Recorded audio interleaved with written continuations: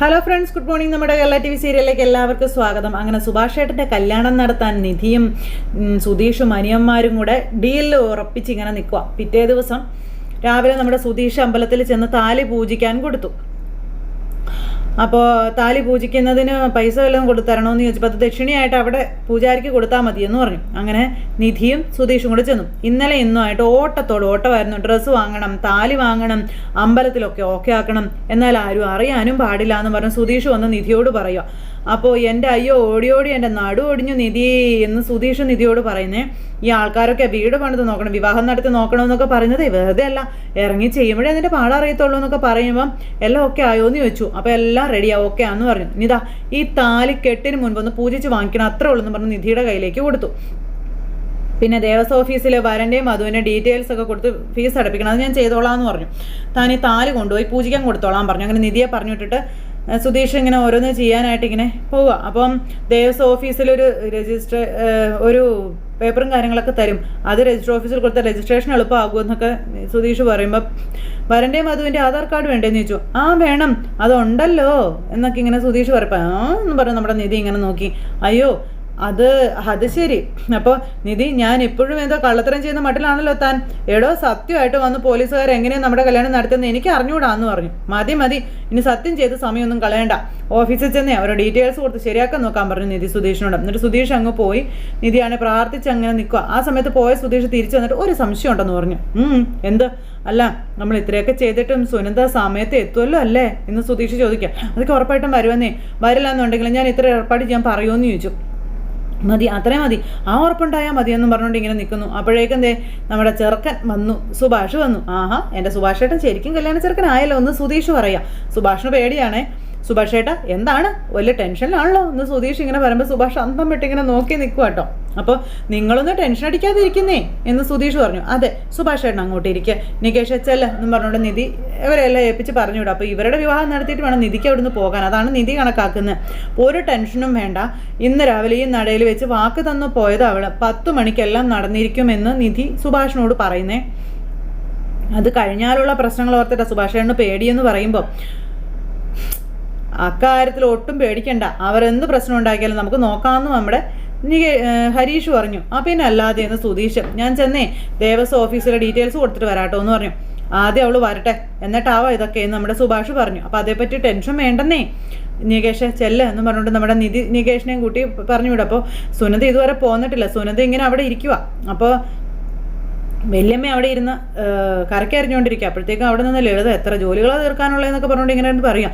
ഗംഗേണ്ടും ധനേട്ടനും കൂടെ രാവിലെ ഇറങ്ങിയതാണെന്നൊക്കെ പറഞ്ഞു.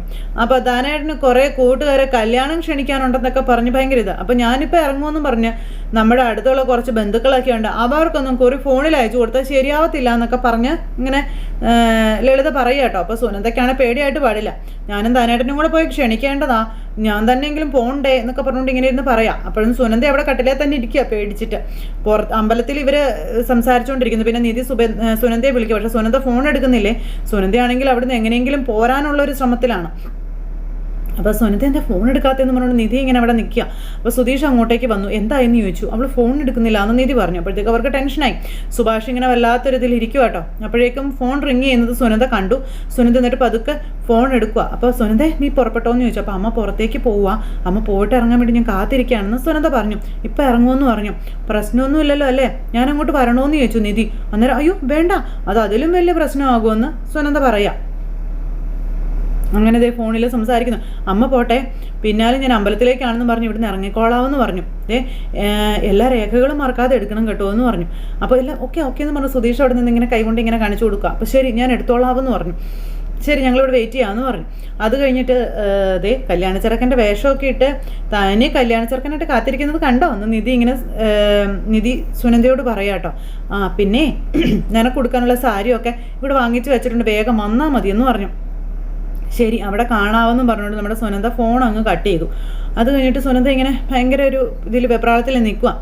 ആ സമയത്ത് എങ്ങനെ എന്താ പറഞ്ഞേ എന്ന് സുധീഷ് നിധിയോട് ചോദിക്കുക. അപ്പോൾ എങ്ങനെ എന്തെല്ലാം തടഞ്ഞു വെച്ചാലും സർട്ടിഫിക്കറ്റ്സ് തടഞ്ഞു വെക്കില്ലെന്നൊക്കെ ഞാൻ കരുതിയത്. അങ്ങനെയല്ലല്ലോ എൻ്റെ കാര്യത്തിൽ സംഭവിച്ചത്.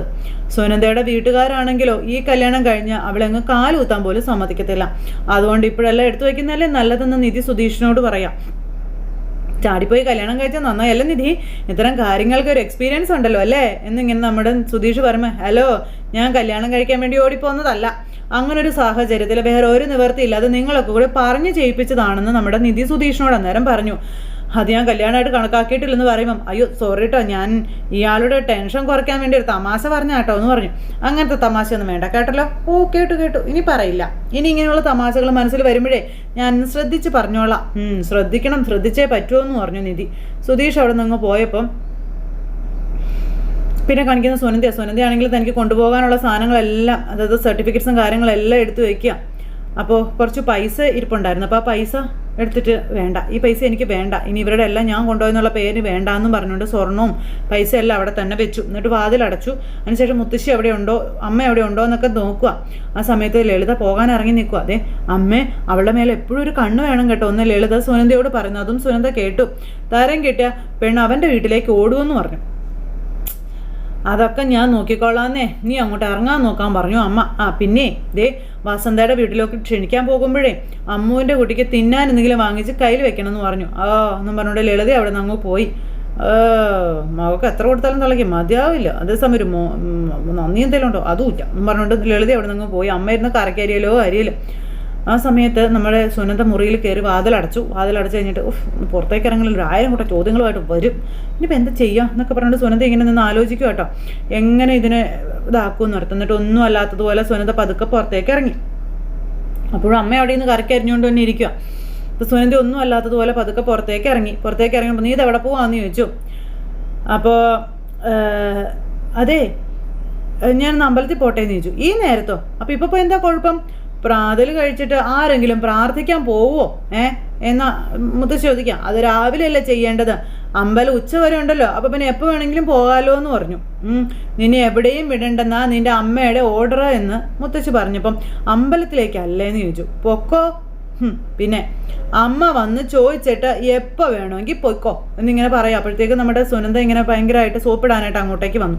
എന്താ അച്ഛമ്മ ഇങ്ങനെയൊക്കെ പറയുന്നത് എന്നൊക്കെ ചോദിച്ചു. എന്നിട്ട് പിന്നെ ടി വി വെച്ചിട്ട് അതിനകത്ത് സീരിയൽ വെച്ചേക്കുക. അപ്പോഴത്തേക്കും സീരിയലിൽ മുഴുകി അച്ഛമ്മ ഇരുന്നോളുമല്ലോ എന്നുള്ളൊരിതിൽ നമ്മുടെ സുനന്ദ വളരെ സാഹസികമായിട്ട് ഓരോന്ന് ചെയ്യും കേട്ടോ. അപ്പോഴത്തേക്കും നമ്മുടെ അച്ഛമ്മ സീരിയൽ കണ്ടു. സീരിയൽ എന്ന് പറഞ്ഞാൽ ഇഷിതയുടെയൊക്കെ സീരിയൽ കാണുകയാണ്. അത് കണ്ടപ്പോഴത്തേക്ക് നമ്മുടെ അച്ഛമ്മ സീരിയൽ കണ്ടപ്പോഴത്തേക്കും ഭയങ്കര ഇഷ്ടം അച്ചമ്മയ്ക്ക്. ഈ സീരിയൽ ഈ സമയത്തുണ്ടോ എന്ന് ചോദിച്ചു. എൻ്റെ പൊന്നെ, അച്ചമ്മ ഇന്നലെ ഇത് കണ്ടില്ലായിരുന്നല്ലോ. ഇല്ലെന്ന് ഞാൻ കണ്ടില്ല. നിന്റെ അച്ഛ റിമോട്ട് എടുത്ത് വാർത്ത കാണാനിരുന്നില്ല, ഞാൻ കണ്ടിരുന്നു, ഉഗ്രൻ എപ്പിസോഡായിരുന്നു എന്ന് പറഞ്ഞു. അപ്പം നീ എങ്ങനെയാണ് കണ്ടത്? അതെ ഞാൻ ഫോണിൽ കണ്ടു, അത് ഞാൻ കണ്ടായിരുന്നു. അപ്പോൾ എന്നും പറഞ്ഞുകൊണ്ട് ഇങ്ങനെ ഇരിക്കും. അപ്പോൾ ഈ സമയത്ത് നമ്മുടെ സുനന്ദ അച്ചമ്മയെ നോക്കുന്നു, ഇടയ്ക്ക് ടി വിയിലേക്ക് നോക്കുന്നു. അപ്പോൾ അങ്ങനെ അച്ചമ്മ അതിൽ മുഴുകിയിരിക്കുമ്പോൾ നമ്മുടെ സുനന്ദ പതുക്കെ അവിടെ നിന്ന് എഴുന്നേറ്റ് പോയി. അപ്പോഴത്തേക്കും നിധിക്ക് അവിടെ ടെൻഷനായി. നിധി ഇങ്ങനെ ടെൻഷൻ അടിച്ച് അങ്ങോട്ടും ഇങ്ങോട്ടും നടക്കുക. സുധീഷ് വന്നു. നിധി എന്നാ കുടിക്കുന്നും പറഞ്ഞുകൊണ്ട് നിധിക്ക് വെള്ളം വരെ മേടിച്ചു കൊടുത്തു. വെറുതെ ടെൻഷൻ അടിക്കേണ്ടെന്നേ, അവൾ വരുമെന്നേ, നീ കുടിക്കുക എന്ന് പറഞ്ഞുകൊണ്ട് നിർബന്ധിച്ച് കുടിപ്പിക്കാം. ആ സമയത്ത് നമ്മുടെ ഹരീഷും നികേഷും കൂടെ സുഭാഷിന് ഇങ്ങനെ വീശി കൊടുത്തോണ്ടിരിക്കുക. വേർത്ത് കുളിച്ചിരിക്കുക. ഏട്ടൻ എന്തിനാ ഇത്ര വേർക്കുന്നതെന്ന് ചോദിച്ചു. അത് നല്ല വെയില്, അതിന് മാത്രം വെയിലൊന്നും ഇല്ലല്ലോ എന്ന് പറഞ്ഞു ഹരീഷ്. ഇത് കഴിഞ്ഞാലുണ്ടാകാൻ പോകുന്ന കാര്യങ്ങൾ ഓർത്തിട്ടാണെങ്കിൽ അത് വിട്ടേക്കാൻ ഞങ്ങൾ പറഞ്ഞല്ലേ സുഭാഷ് ഏട്ടാ. അപ്പോൾ സുഭാഷ് ഏട്ടനെ ചേച്ചി വരുവോ ഇല്ലയോ എന്നുള്ള ടെൻഷനാണെന്നാണ് തോന്നുന്നത് നികേഷ് പറയുമ്പം അതെ എന്നും പറഞ്ഞുകൊണ്ട് ഇവരിങ്ങനെ നിൽക്കുക. ആ സമയത്ത് കുടിക്കുക എന്നും പറഞ്ഞുകൊണ്ട് നിർബന്ധിച്ച് സുഭാഷിനെ കൊണ്ട് വെള്ളമൊക്കെ കുടിപ്പിക്കുക. അങ്ങനെ സുനന്ദ വരുന്നതിന് മുമ്പ് ചെയ്യേണ്ട കാര്യങ്ങളൊക്കെ നമ്മുടെ സുധീഷ് നിധിയോട് പറയുവാണ്. അങ്ങനെ താലി പൂച്ചു വാങ്ങുന്ന കാര്യങ്ങളൊക്കെ. പക്ഷെ സുനന്ദയ്ക്ക് അവിടെ നിന്ന് ഇറങ്ങാൻ പറ്റിയിട്ടില്ല. സുനന്ദ അന്നേരം അവിടെ ഇരുന്ന് അച്ഛൻ പറഞ്ഞ കാര്യങ്ങൾ, അച്ഛൻ വന്ന കാര്യങ്ങളെല്ലാം ആലോചിക്കുക. എന്നിട്ട് ഈ കല്യാണം കഴിയുന്നതോടെ അച്ഛനും അമ്മയും എന്നെ വെറുക്കാൻ ഇട വരുത്തരുതേ എന്നൊക്കെ പ്രാർത്ഥിക്കാം. അവർക്ക് ഞാൻ ചെയ്തതാണ് ശരിയെന്ന് തോന്നിക്കണേ എന്നൊക്കെ സുനന്ദ അവിടെ നിന്ന് ഇങ്ങനെ സ്വയം പറയുക. എന്നിട്ട് സുനന്ദയാണെങ്കിൽ പതുങ്ങി ഇങ്ങനെ നോക്കുക, മുത്തശ്ശി ടി വിയിൽ മുഴുകിയിരിക്കുകയാണോന്ന്. ആ സമയത്ത് നിധി കൊണ്ടുവന്ന് താലി പൂജിക്കണം എന്ന് പറഞ്ഞ് പൂജാരിയുടെ കൈ കൊടുക്കും. അപ്പോൾ ചെറുക്കനും പെണ്ണും വന്നായിരുന്നോ എന്ന് ചോദിച്ചു. ചെറുക്കനുണ്ട്, പെൺകുട്ടി ഇപ്പോൾ വരുമെന്ന് പറഞ്ഞു. അപ്പോൾ നടയിൽ വെച്ചിട്ട് പൊയ്ക്കോളാൻ പറഞ്ഞു, പുറത്തവിടെ നിന്നാൽ മതിയെന്നും പറഞ്ഞു. അങ്ങനെ നിധിയൊക്കെ അവിടെ നിൽക്കുന്നു. ഈ സമയത്ത് ലളിതയും അതുപോലെ ഭർത്താവും കൂടെ ഫോണിൽ സംസാരിക്കുക. ഇവർ കല്യാണം വിളിച്ച കാര്യങ്ങളും എവിടെയാണെന്നൊക്കെ ചോദിക്കുകയാണ്. അപ്പോൾ സാധനങ്ങൾ മേടിക്കുന്ന കാര്യങ്ങളൊക്കെ പറയുമ്പോൾ കുറച്ച് മിഠായി ഒക്കെ മേടിച്ചുകൊണ്ട് പോയാൽ മതി, മേടിച്ചുകൊണ്ട് പോകണം, അല്ലെങ്കിൽ തന്നെ അവൾ വിഷമം പറയുമെന്നൊക്കെ പറഞ്ഞുകൊണ്ട് ഇങ്ങനെ പറയുക കേട്ടോ. ഞാൻ ഗൾഫിൽ നിന്ന് വന്നിട്ടൊന്നും കൊടുത്തില്ല എന്നുള്ള പരാതി അത് വേറെയും പറയുമെന്ന് പറഞ്ഞു. അപ്പോൾ എന്തിനിങ്ങനെ വരുമ്പോൾ ഓരോന്ന് കൊടുക്കുന്നതെന്നൊക്കെ ലളിത ചോദിക്കുക. അവളുടെ ഭർത്താവിന് നാട്ടിൽ കിട്ടുന്ന ശമ്പളം എല്ലാം നിങ്ങൾക്കില്ലല്ലോ അവിടെ, അത് നിങ്ങൾ മറക്കണ്ട കേട്ടോ എന്നൊക്കെ പറഞ്ഞപ്പോൾ എടീ പക്ഷേ അവന് ഗൾഫുകാരൻ എന്നുള്ള വിലയുണ്ടോ? ഇല്ലല്ലോ, നീ അതുകൊണ്ട് കൊടുക്കാൻ നോക്കാൻ പറഞ്ഞു. അങ്ങനെ ഇവർ എന്ന് പറഞ്ഞുകൊണ്ട് ഇങ്ങനെ നിൽക്കുക അവിടെ. ഇത് കഴിഞ്ഞതിന് ശേഷം പിന്നെ നിധി വന്ന് സുധീഷിനോടും നികേഷിനോടും താലി കൊടുത്ത കാര്യങ്ങളൊക്കെ നിന്ന് പറയുവാണ്. അപ്പോൾ അവളെന്താ വരാത്തേന്ന് ചോദിച്ചു. അമ്മ എവിടെയോ കല്യാണം വിളിക്കാൻ പോവുക, അമ്മ ഇറങ്ങി ഉടനെ വരാമെന്ന് അവൾ പറഞ്ഞതെന്നുള്ള കാര്യം നിധി ഇവരോട് പറഞ്ഞു. ഇതിനിടയിൽ നമ്മൾ വിളിച്ച് കുഴപ്പമാക്കേണ്ട ആവശ്യമില്ലല്ലോ എന്നൊക്കെ പറഞ്ഞുകൊണ്ട് ഇങ്ങനെ നിൽക്കുന്നത്. സുഭാഷാണ് ടെൻഷൻ അടിച്ച് ഇങ്ങനെ ആടിക്കൊണ്ടിരിക്കുക. സുഭാഷേട്ട ടെൻഷൻ മാറിയില്ലേ എന്ന് ചോദിച്ചു. ഉറപ്പായിട്ടും വരുമെന്നേ. അപ്പം എന്ന് പറഞ്ഞിട്ടുണ്ടെങ്കിൽ ഇരിക്കുക. അപ്പോൾ ഇപ്പോൾ വരുമെന്ന് പറഞ്ഞു. വീട്ടിൽ നിന്ന് ഇറങ്ങി കാണുമായിരിക്കും എന്നും പറഞ്ഞുകൊണ്ട് ഇവരിങ്ങനെ നിൽക്കുമ്പോഴത്തേക്കും നമ്മുടെ സുനന്ദ അമ്പലത്തിലേക്ക് പോകാനായിട്ട് ഇറങ്ങി വന്നപ്പോഴത്തേക്കും അമ്മ മകളെ കണ്ടു. മകളെ കണ്ടപ്പോഴത്തേക്കും എവിടേക്ക് പോവാ നീ എന്ന് ചോദിച്ചു. പെട്ടു, തീർന്നു. ആ സമയത്ത് ലളിത ഇങ്ങനെ അന്തം വിട്ട് ഇങ്ങനെ നോക്കുക. ആ സമയത്ത് നമ്മുടെ ഇങ്ങനെ പോകാൻ തുടങ്ങുമ്പോൾ ഞാൻ അമ്പലത്തിൽ പോവാന്ന് പറഞ്ഞു. ഈ സമയത്താണോ അമ്പലത്തിൽ പോകുന്നതെന്ന് ചോദിച്ചു. ഈ സമയത്തിന് ഇപ്പം എന്താ കുഴപ്പമെന്ന് ചോദിച്ചു സുനന്ദ. സാധാരണ രാവിലെ 8 മണിക്ക് മുന്നേ പോകാറുള്ള നീ ഈ സമയത്ത് എന്തിനാ അവിടെ പോകുന്നതെന്ന് ചോദിച്ചു. പറയടി, എന്താ കള്ളത്തരമുണ്ടല്ലോ എന്ന് അമ്മ മോളോട്. ഈ സമയത്ത് ബാഗ് മേടിച്ച് നോക്കാം. അപ്പോൾ ഇതിലൊന്നും ഇല്ല അമ്മയെന്ന് പറയുന്നുണ്ട്. പക്ഷേ പുള്ളിക്കാരി എല്ലാം മേടിച്ച് ഇങ്ങനെ നോക്കും. ഇതും കൂടെ അവിടെ പോവാടിയെന്ന് ചോദിച്ചു. എവിടേക്കാടി നീ പോകുന്നതെന്ന് ചോദിച്ചു. അപ്പം ഞാൻ എനിക്ക് ഇഷ്ടമുള്ളിടത്തേക്ക് കൊണ്ടുപോകാൻ നിങ്ങൾക്ക് എന്താണെന്ന് സുനന്ദ ലളിതയോട് ചോദിക്കുക. ലളിത അന്തം വിട്ട് നോക്കുക കേട്ടോ. നിങ്ങൾ ഏർപ്പാടാക്കിയ കല്യാണം എനിക്ക് ഇഷ്ടമായില്ല, അതുകൊണ്ടാണ് പോകുന്നത്, എന്താ മതിയായോ എന്നും ചോദിച്ചുകൊണ്ട് സുനന്ദ ചോദിക്കുക. അത് തന്നെയെന്ന് പറഞ്ഞുകൊണ്ട് ലളിതയുടെ ഇത് തട്ടിപ്പറിച്ച് മേടിക്കാൻ നോക്കുന്നു. ലളിത കൊടുക്കുന്നില്ല. അത്രയ്ക്ക് അഹങ്കാരമായിടി നിനക്കെന്ന് ചോദിച്ചുകൊണ്ട് സുനന്ദയെ പിടിച്ച് വലിച്ച് അകത്ത് കൊണ്ടുപോവുക. അപ്പം നീ ഓടിപ്പോകാൻ നോക്കുന്നു, ഒരു വാടി അങ്ങോട്ടെന്നും പറഞ്ഞുകൊണ്ട് അങ്ങോട്ടേക്ക് ചെന്ന് അമ്മയുടെ മുന്നിലേക്ക് അവിടെ കൊണ്ടുപോയി തള്ളി അങ്ങോട്ടേക്ക് അങ്ങിട്ടു. നിങ്ങൾ കണ്ടില്ലേ ഇവള് പോകാൻ നോക്കിയാന്ന് ചോദിക്കുമ്പോൾ ഇവൾ അമ്പലത്തിൽ പോകാണെന്ന് എന്നോട് പറഞ്ഞതെന്ന് പറഞ്ഞു. പറ്റില്ല എന്ന് ഞാൻ പറഞ്ഞതാണെന്ന് അമ്മ. നീ വന്ന് ചോദിച്ചിട്ട് എന്ത് വേണമെങ്കിലും ആയിക്കോളാനും ഞാൻ പറഞ്ഞതാ. ഇവള് അറിയാതെ പിന്നിലൂടെ പോയി കാണുമെന്ന് പറഞ്ഞു. അപ്പോഴും സുനന്ദ ഇറങ്ങി പോകാൻ നോക്കുക. അവിടെ നിൽക്കടി. അപ്പം അമ്മ എന്നെ വിട്, എനിക്ക് പോകണമെന്ന് പറഞ്ഞു. സർട്ടിഫിക്കറ്റ് എടുത്ത് നീ എങ്ങോട്ടാടി പോകുന്നതെന്ന് ചോദിച്ചു. അപ്പോൾ ഞാൻ സുഭാഷേട്ടനെ കാണാൻ പോവുക, എന്നെ വിടാൻ പറഞ്ഞ് സുനന്ദ ഇറങ്ങുമ്പോഴത്തേക്കും ലളിത ഒരു ഒറ്റ അടിയായിരുന്നു സുനന്ദക്കെട്ട്. എവിടേക്കാണ് പോകുന്നതെന്ന് പറഞ്ഞ് സുഭാഷേട്ടൻ്റെ അടുത്തേക്ക് വീണ്ടും അടിച്ചു. പാവങ്ങൾ അവിടെ ഇവള് വരുന്നതും കാത്ത് അങ്ങനെ ഇരിക്കുക കേട്ടോ. അങ്ങനെ സിറ്റുവേഷൻ കാണിച്ചുകൊണ്ട് ഇന്നത്തെ നമ്മുടെ കഥ അവസാനിച്ചു. അപ്പോൾ എല്ലാവരും കാത്തിരുന്ന് കാണണേ. എല്ലാവർക്കും നല്ലൊരു ദിവസം ആശംസിക്കാം കേട്ടോ. ടാറ്റാ.